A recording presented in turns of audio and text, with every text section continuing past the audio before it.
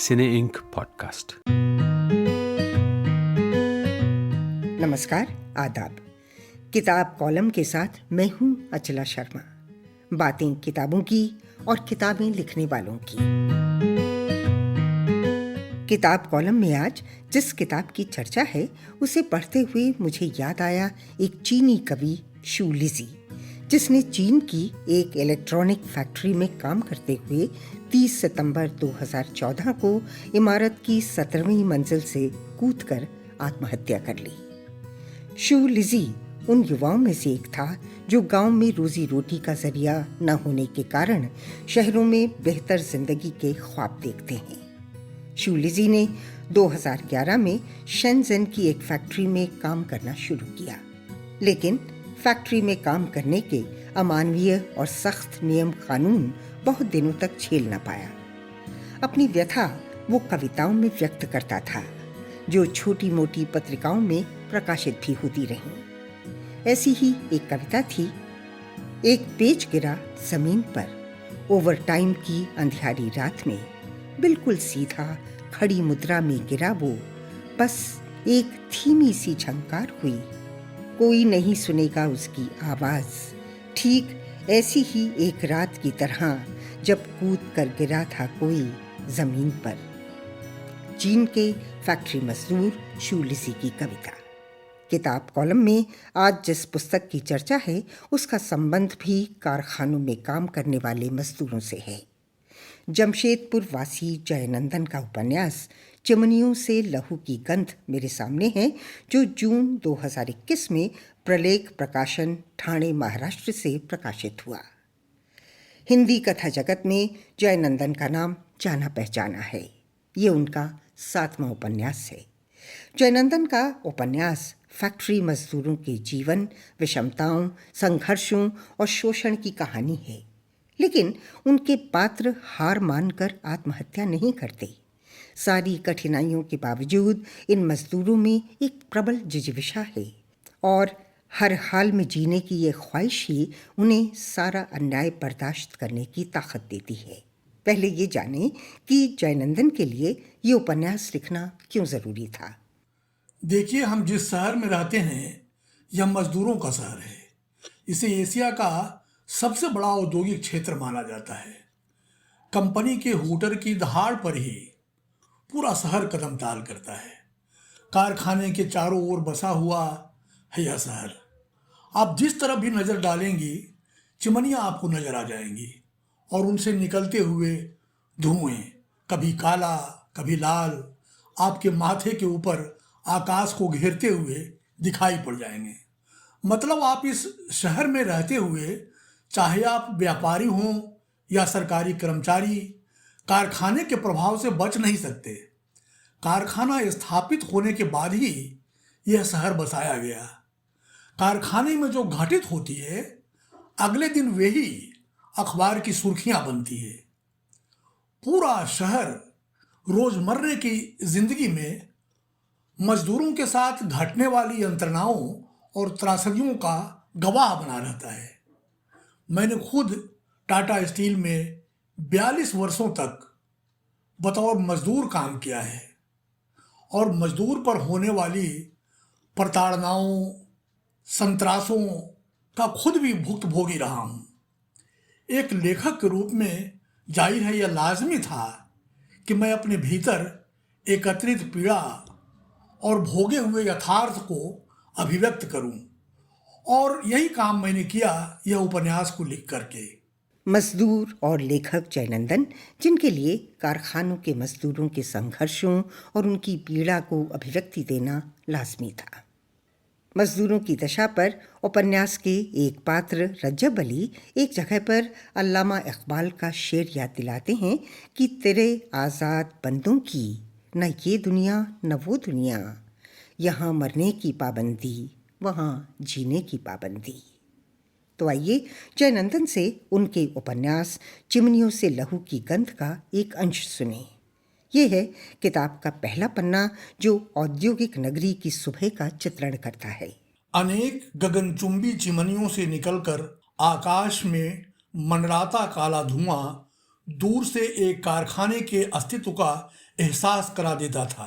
पास से यह पूरे इलाके पर छाई अलकतरे से रंगी काली छत सा लगता था, जिसे भेदने में सूरज तक असमर्थ नजर आता था।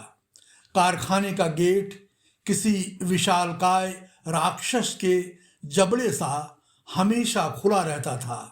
वहां मगरमच्छ की मुद्रा में 5-7 वर्दीधारी सुरक्षा कर्मी तैनात रहा करते थे। जब ड्यूटी पर मजदूरों के आने का आदमखोर शेर सदृश गगनभेदी सायरन दहाड़ता तो गेट के सामने कुकुरमुत्ते सी उग आई चाय पान की गुमटियां और कॉलोनी से आने वाली सड़कें जोरदार हरकत में आ जाती। लोग फटाफट खैनी बीड़ी तथा चाय पान जैसी जरूरतें निपटाकर यूं भागते जैसे जंगल में हांका पड़ गया हो। फिर लोग अधिकतम 5 मिनट के भीतर गेट में इस तरह समा जाते जैसे किसी अजगर ने अपनी शक्तिशाली सांस द्वारा खींचकर लील लिया हो इन्हें। गेट से 250-300 गज दूर पर एक रखकर सजी हुई माचिस डिबिया की मानिंद वर्कर्स फ्लैट नजर आ रहे थे।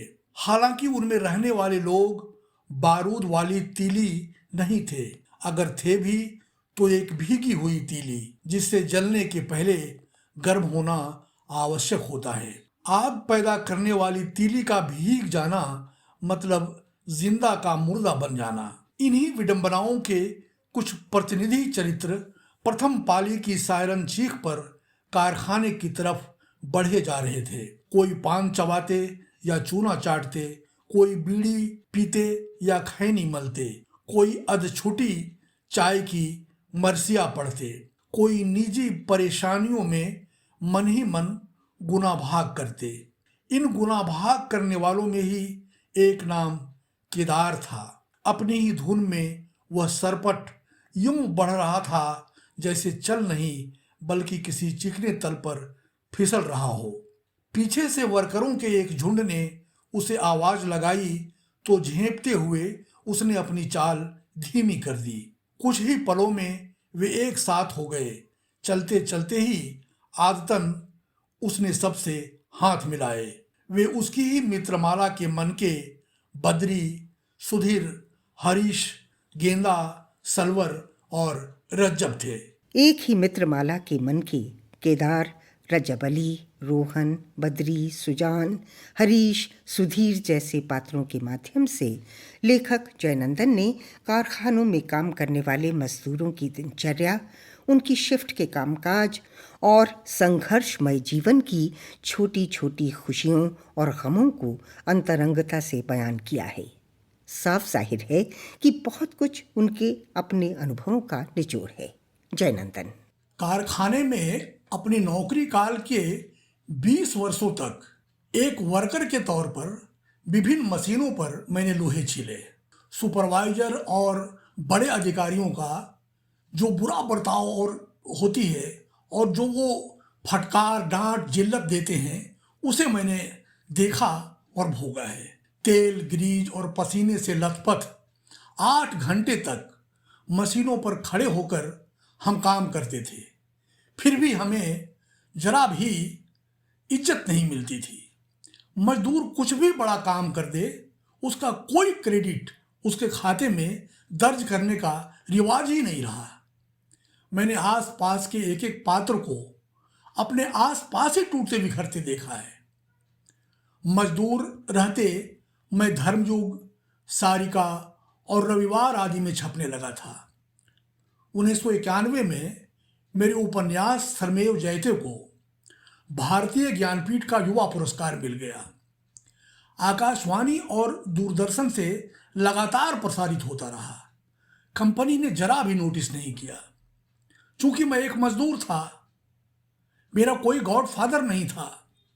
यूनियन में जब चुनाव लड़ने लगा और एक बड़े जनसमर्थन की तरफ बढ़ने लगा, तब जाकर मेरा तबादला जनसंपर्क विभाग यानी कॉरपोरेट कम्युनिकेशन विभाग में हुआ। लेकिन ये तय है कि एक मजदूर के अनुभव जब लेखक की लेखनी में उतरते हैं और उसकी निजी पीड़ा की अभिव्यक्ति साहित्यिक रचना के रूप में होती है तो वो पीड़ा व्यक्तिगत न रहकर सार्वजनिक हो जाती है। जयनंदन ने भी चिमनियों से लहू की गंध में अपने से बाहर आकर अपने दर्द को अपने पात्रों का दर्द बनाया है। तंगहाली के बावजूद चिमनियों से लहू की गंध के ये मजदूर कभी कभार हंसी ठिठोली और दावतों के छोटे मोटे मौके कुछ हल्के फुल्के पल ढूंढ लेते हैं। मगर उपन्यास पढ़ते समय और विशेष रूप से उसका अंत पढ़ते समय मुझे एक विचार परेशान करता रहा। लेखक के रूप में जयनंदन इतने कठोर कैसे हो सकते थे कि अपने मुख्य पात्र केदार के जीवन में उम्मीद की छोटी सी खिड़की भी नहीं खोली। ये वही केदार है जिसके बारे में उसके मित्र कहते हैं कि वो एक ऐसा वृक्ष बनता जा रहा है जो छाया तो देता ही है, अपने व्यवहार की टहनियों से सबको बांध कर भी रखता है। मगर उसी केदार के हाथों में आखिर में सिर्फ विफलता आई। क्यों? केदार के जीवन में उम्मीद की छोटी सी खिड़की खोलना भी मुमकिन नहीं था अचला जी। सच्चाई यही है, आप एक बार मजदूर हो गए तो सारी उम्र आपको मजदूर ही रह जाना है, चाहे आप में योग्यता अपने सुपरवाइजर और ऑफिसर से बहुत ज़्यादा भी क्यों न हो। वे वर्गांतरण के सख्त खिलाफ पॉलिसी के वाहक होते हैं। केदार बनता तो है ऑफिसर, लेकिन जो पहले से अधिकारी रहे होते हैं वे उसे अपने बराबरी में देखकर हमेशा जले भुने और कूढ़े रहते हैं तथा उसे नीचे गिराने की मनसा में घिरे रहते हैं। उन्हें यह सहन नहीं होता कि उनके अंडर में रहा हुआ एक मजदूर उनके बराबरी में आ जाए। मौके को भुनाने के लिए वे एक मजदूर पूरन की मूर्ति स्थापित करवा तो देते हैं, लेकिन उन्हें यह मूर्ति फूटी आंख नहीं सुहाती है और अंततः उसे जमींदोज करके ही वे दम लेते हैं। केदार के लिए उम्मीद की खिड़की बस यही है कि वह किसी दूसरी कंपनी में नौकरी की तलाश करे। हालांकि एक बार तलाश करके वह धोखे में आ गया, यह हमने उपन्यास में दिखाया है। जयनंदन के उपन्यास चिमनियों से लहू की गंध का मुख्य पात्र केदार, जो वर्षों के श्रम के बाद एक बार फिर बेरोजगारों की लाइन में खड़ा है। चिमनियों से लहू की गंध जून 2021 में प्रलेख प्रकाशन ठाणे, महाराष्ट्र से प्रकाशित हुआ। आप ये पॉडकास्ट लंदन के मशहूर डिजिटल हब सिने इंक के माध्यम से सुन रहे हैं। हम फेसबुक, इंस्टाग्राम, ट्विटर, यूट्यूब के अलावा और दूसरे कई प्लेटफॉर्म्स पर भी मौजूद हैं। मुमकिन हो तो वेबसाइट पर भी तशरीफ लाइए, cineinc.com। मुझे केदारनाथ अग्रवाल की एक कविता याद आती है। जो शिलाएं तोड़ते हैं जिंदगी को वह गढ़ेंगे, जो शिलाएं तोड़ते हैं। जो भगीरथ नीर की निर्भय शिराएं मोड़ते हैं। यज्ञ को इस शक्ति श्रम के श्रेष्ठतम मैं मानता हूँ।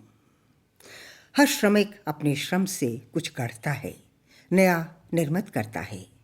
फिर ऐसा क्यों है कि जिन मजदूरों के श्रम से किसी भी कारखाने का उत्पादन होता है, कंपनी की तरक्की के साथ साथ देश की आर्थिक रीढ़ मजबूत होती है, उनके शक्ति श्रम को उचित सम्मान न मिले? जयनंदन से मेरा प्रश्न था कि उन्होंने अपने कार्यकाल और लेखन काल में फैक्ट्री मजदूरों की स्थिति में क्या कोई सकारात्मक परिवर्तन आते नहीं देखे? सकारात्मक नहीं, नकारात्मक परिवर्तन हुए अचला जी। भूमंडलीकरण और आर्थिक उदारीकरण के बाद विदेशी कंपनियों से प्रतिस्पर्धा में पिछड़ जाने के कारण छोटे छोटे बहुत सारे कारखाने बंद हो गए और बड़ी संख्या में मजदूर बेरोजगार हो गए। बड़ी कंपनियों ने अपने हर प्लांट का ऑटोमेशन और कंप्यूटराइजेशन शुरू कर दिया। जहां 50 मजदूरों की जरूरत रहती थी, वहां सिर्फ 5 से काम होने लगा। उत्पादन पर लागत कम करने के लिए प्रबंधन को श्रम बल में कटौती करना ही एक सीधा उपाय नजर आया। इसी नीति के तहत मजदूरों की भारी संख्या में छंटनी कर दी गई। 3-3, 4-4 पीढ़ियों से काम करने वाले मजदूरों का संबंध कारखाने से एकाएक खत्म हो गया और नौकरीशुदा कामगार सड़कों पर आ गए। उनके बदले में अस्थायी यानी ठेकेदार मजदूरों से न्यूनतम मजदूरी और न्यूनतम सुविधा बहाली से काम लिया जाने लगा। जो थोड़े से अस्थायी कामगार बच गए, उनके जीवन में बेशक अच्छा बदलाव दिखाई पड़ता है। ये लोग कार मेंटेन करने लगे हैं और अपने बच्चों को ऊंची तालीम दिलाने के प्रति जागरूक हो गए हैं, लेकिन इनकी संख्या बहुत कम है। उंगलियों पर गिने जाने लायक वॉलंटियर रिटायरमेंट जिन्हें दिया गया, उनमें 90% मजदूर बर्बाद हो गए लगभग। जयनंदन के उपन्यास से ही शब्द उधार लूं तो जिन्हें मजबूरियों के परनाले बेदम कर दें वो क्या करें। उनका एक सहारा मजदूर संघ है। उपन्यास में एक प्रसंग है जहां किसी मजदूर के एक्सीडेंट के बाद मैनेजमेंट के कड़े रवैये को देख कुछ मजदूर पर्सनल ऑफिसर के पास जाते हैं। वो मजदूरों से हमदर्दी रखता है, लेकिन उसके हाथ बंधे हैं। वो उन्हें यूनियन के पास जाने की सलाह देता है। जवाब मिलता है, यूनियन मैनेजमेंट का एक विभाग बनकर रह गई है। एक समय था जब भारत में मजदूरों के अधिकारों के लिए लड़ने वाले श्रमिक संघों की अहम भूमिका थी, लेकिन चिमनियों से लहू की गंध उपन्यास से जाहिर है कि आज उनकी भूमिका लगभग नगण्य है। जयनंदन, जो स्वयं मजदूर यूनियन के चुनाव में खड़े हो चुके हैं, श्रमिक संघों की इस कमजोर पड़ती भूमिका के क्या कारण मानते हैं?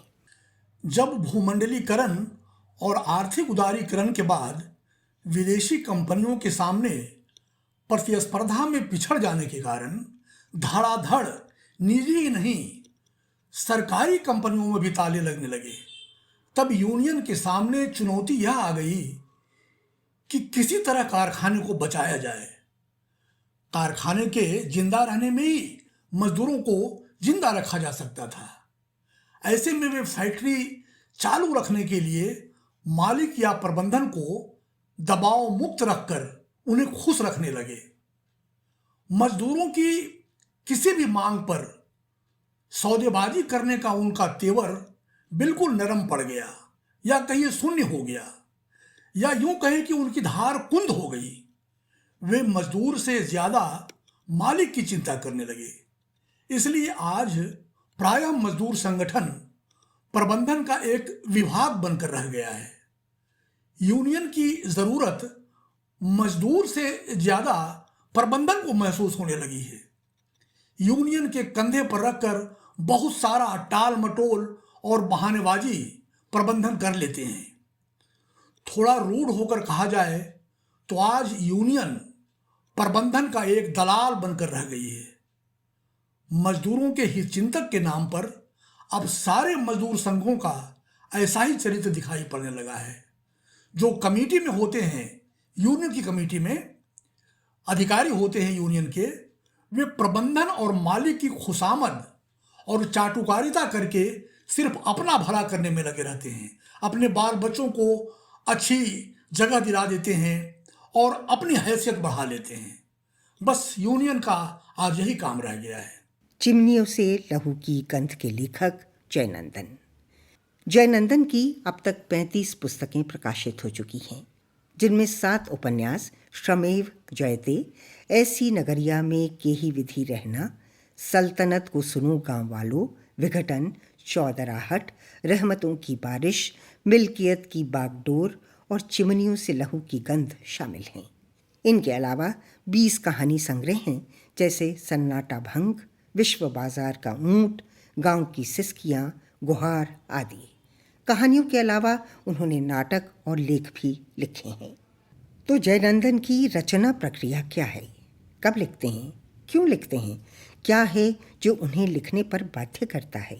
मेरी रचना प्रक्रिया कोई असामान्य या असाधारण जैसी नहीं है। ज़्यादातर मेरा लिखने का काम दिन में ही होता रहा है।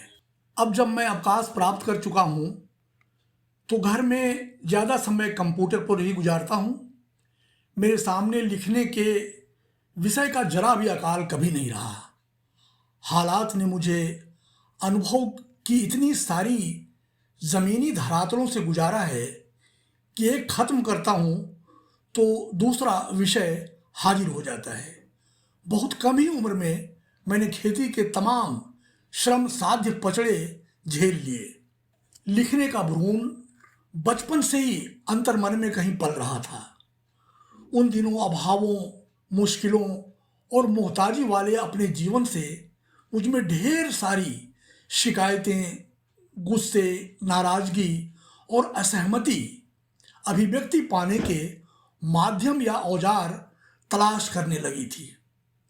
मुझे लेखन ही इसके लिए अनुकूल औजार जान पड़ा था और अवचेतन में कहीं बीजारोपण हो चुका था कि मुझे लिखकर ही अपना दुख कम करना है। धीरे धीरे मैं स्वतः ही लेखन का ककहरा सीखने लगा।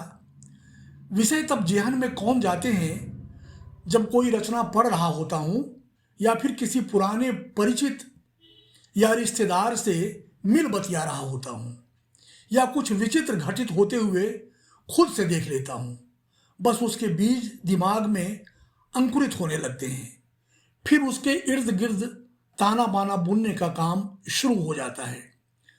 जब चीज़ें बनती दिखाई पड़ती हैं तो कागज पर मुख्य बिंदुओं का नोट बनने लगता है। जब पूरा प्रारूप स्पष्ट हो जाता है तो लिखना शुरू कर देता हूँ। बहुत बार लिखने के समय धुंधलका अपने आप साफ होता जाता है। पात्र और स्थितियाँ मथते मथते स्वचालित ढंग से आकार ग्रहण करने लग जाती है। जोड़ घटाव, रद्दो बदल अंतिम ड्राफ्ट तक चलता रहता है। जब कहानी शुरू हो जाती है तो वो पूरा होने में कई कई दिन ले लेती है। जब तक वह पूर्णता प्राप्त नहीं कर लेती, खाते पीते गपियाते, कहीं आते जाते, सोते बैठते भीतर घूमती रहती है, संवाद करती रहती है और अपने रूप, गंध, सौंदर्य और अभिप्राय से रूबरू कराती रहती है। कहानी जब चल रही होती है या उपन्यास जब शुरू हो गया होता है तो सिर्फ बस वही चलता है और मैं लगभग रुक जाता हूँ। मुझे दूसरे किसी काम में मन नहीं लगता। जयनंदन के लेखन के केंद्र में हमेशा से आम आदमी रहा है।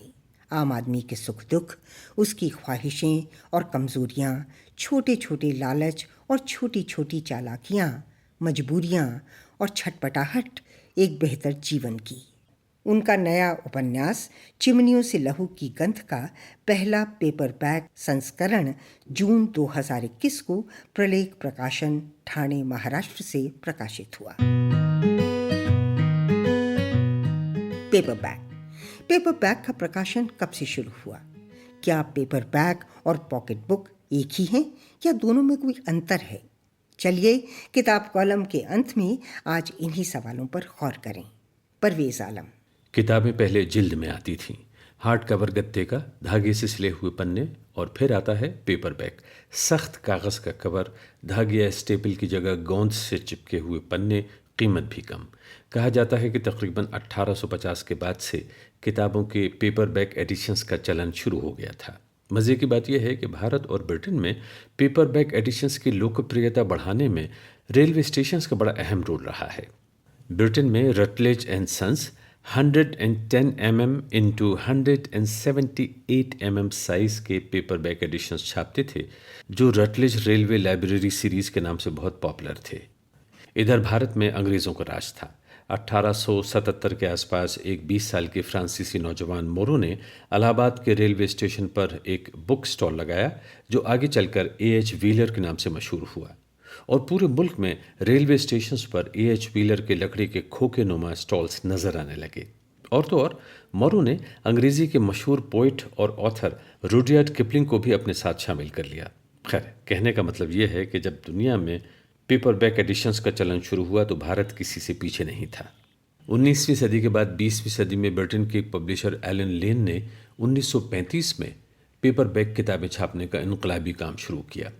नाम था पेंगुइन बुक इम्प्रिंट। जो पहली किताब पेंगुइन्स ने छापी वो थी आंद्रे मॉरिस की एरियल। एलन लेन की ख्वाहिश थी कि किताबें सस्ती हों, सब पढ़ सकें और खूब बिकें। पेंगुइन्स ने किताबें तो छाप दी, लेकिन कुछ बुक स्टोर्स के अलावा कोई और उन्हें बेचने पर तैयार नहीं था। तभी स्टोर्स की एक चेन वुलवर्थ ने पेंगुइन की किताबें एक कोने में रखनी शुरू कर दी और यूं जनरल स्टोर्स पर सस्ती पेपरबैक एडिशंस वाली किताबें बिकने का सिलसिला शुरू हुआ। इधर दुनिया के दूसरे देशों में पेपरबैक एडिशंस छपने और बिकने शुरू हो गए थे। इनको आप पॉकेट बुक एडिशंस भी कह सकते हैं। आमतौर पर ये रेलवे स्टेशन, हवाई अड्डों और जनरल स्टोर्स पर बिकते थे। भारत में एच व्हीलर ने किताबों को घर घर तक पहुंचाने में बहुत ही अहम भूमिका निभाई है। अब मिस्ट्री ये है कि मोरो के दिमाग में एच व्हीलर का नाम कहाँ से आया। तो उसकी कहानी ये है कि मोरो का एक अंग्रेज़ दोस्त था एच व्हीलर, जिसे किताबें पढ़ने का बहुत ही शौक था। उसके पास इतनी किताबें थीं कि घर में न समाती थीं। मोरो ने उसके साथ पार्टनरशिप शुरू की और नाम रखा एच व्हीलर। परवेज आलम, किताब कॉलम का ये एपिसोड आपको कैसा लगा लिखिएगा। हमारा पता है post@cineinc.com। याद दिला दूं कि सिनेइंक किताब कॉलम में शामिल किताबों और लेखकों के विचारों के लिए सिनेइंक जिम्मेदार नहीं है। अगले एपिसोड में एक नई किताब के साथ एक नए लेखक से मुलाकात होगी। अचला शर्मा को अनुमति दीजिए। नमस्कार। आप सुन रहे थे अचला शर्मा के साथ सिनेइंक पॉडकास्ट सीरीज किताब कॉलम। ये पॉडकास्ट एप्पल, स्पॉटिफाई और गूगल के अलावा दूसरी ऐप्स पर भी मौजूद है। यूट्यूब पर भी सिनेइंक के सभी प्रोग्राम सुने जा सकते हैं। सुनिए और सब्सक्राइब कीजिए। सर्च में सिर्फ आपको सिनेइंक टाइप करना है, CINEINK। पूरी जानकारी के लिए हमारी वेबसाइट पर आइए cineinc.com।